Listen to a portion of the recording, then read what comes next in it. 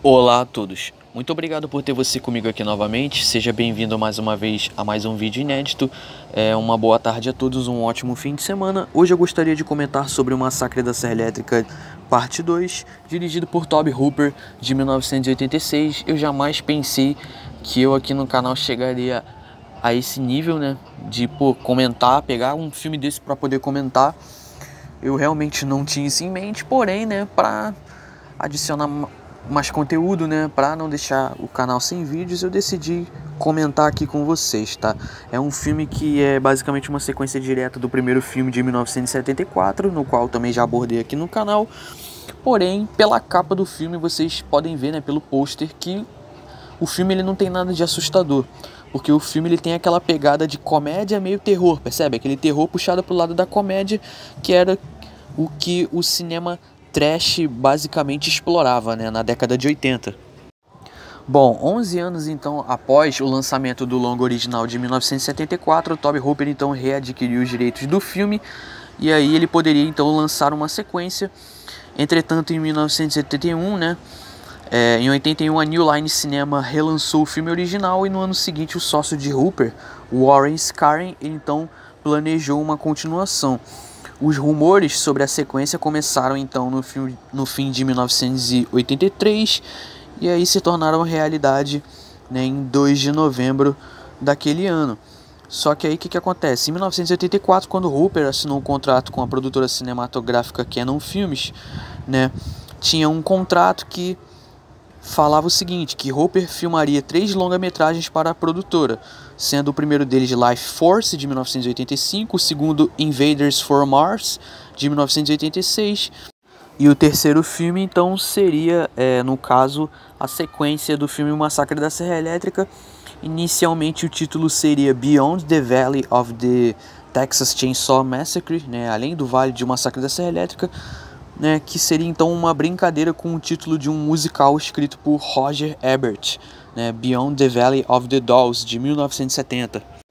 Tobe Hooper então havia estabelecido um orçamento de 4 milhões e 700 mil dólares para a sequência. Esse orçamento era proveniente das arrecadações do filme Poltergeist, que era produzido por Steven Spielberg e dirigido também por Tobe Hooper em 1982. Entretanto, o estúdio forçou algumas mudanças consideráveis no roteiro, impondo até mesmo a contratação de um novo roteirista, levando ao cancelamento do filme.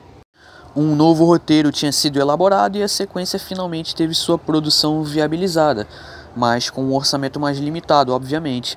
Em vez de dirigir o filme, Tobe Hooper pretendia apenas produzi-lo, mas, em virtude dos cortes orçamentários, não conseguiu contratar nenhum outro diretor para o projeto.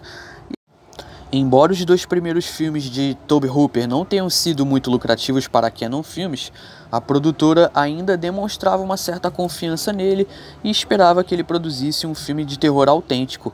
Hooper, entretanto, queria fazer uma comédia de humor negro, e aí que você vê o porquê que o Massacre da Serra Elétrica, essa parte 2, já tem uma vertente puxada mais para o lado do humor trash, né?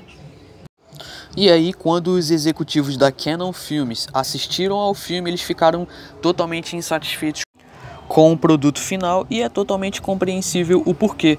A mesma reação que eles tiveram é a mesma que eu tive assistindo o filme ontem, que eu assisti ele ontem, né, pra estar comentando hoje, e olha, foi difícil assistir esse filme aqui, tá? E essa capa do filme, ela parece muito com a capa do filme Clube dos Cinco, né, The Breakfast Club. Você pode ver uma certa referência aqui.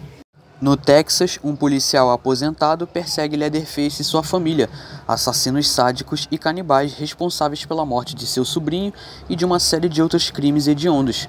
Movido pela vingança, ele arrisca tudo para encontrá-los. Como eu falei, na minha opinião, o Massacre da Serra Elétrica Parte 2, ele é uma ofensa ao primeiro filme, porém foi a abordagem que Tobe Hooper preferiu dar ao filme. Essa abordagem numa pegada mais trash, com humor negro, né? Aquele filme de terror, mas com aquele tom de comédia. E obviamente, em muitos filmes acontece isso. Quando você aumenta o tom do humor, o tom humorístico do filme, você diminui a tensão, obviamente. Isso acontece aqui nesse filme e acontece em muitos outros filmes que têm o mesmo estilo trash da década de 80, que são filmes produzidos com baixo orçamento, com atuações e acontecimentos exagerados, né? E um pouco de exploitation, sangue, né? Mortes brutais e viscerais para justamente atrair a atenção do público. Era esse o objetivo, né, dos produtores quando eles faziam esses tipos de filme, né? Então esses filmes basicamente são considerados filmes de classe B, né, ou trash, porque se caracterizam pelos orçamentos limitados que possuem, né, os que tornam viáveis, né, para diretores e produtores independentes. E aí esse ambiente permitia, né, muitas experimentações, e aí servia de laboratório, obviamente, para novas ideias e desenvolvimento de artistas, né, no início da carreira, como Sam Raimi com o filme The Evil Dead, Uma Noite Alucinante, né, que é um filme que eu pretendo abordar aqui futuramente no canal. Então, nesse filme aqui, pra mim, quase nada é bom. Tipo assim, o roteiro é péssimo, os personagens também não são bons, as atuações são exageradas, né, e forçadas. É justamente isso o intuito desses tipos de filme, né, o cinema trash.